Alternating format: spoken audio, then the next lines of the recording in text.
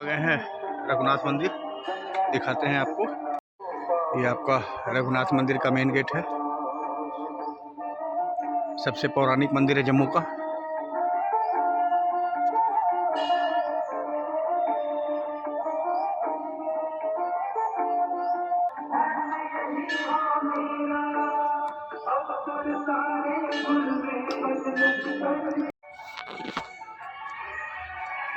रघुनाथ मंदिर में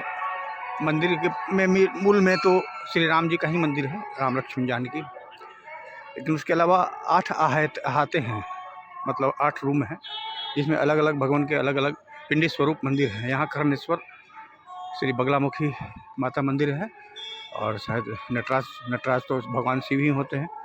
देखते हैं यहाँ भी।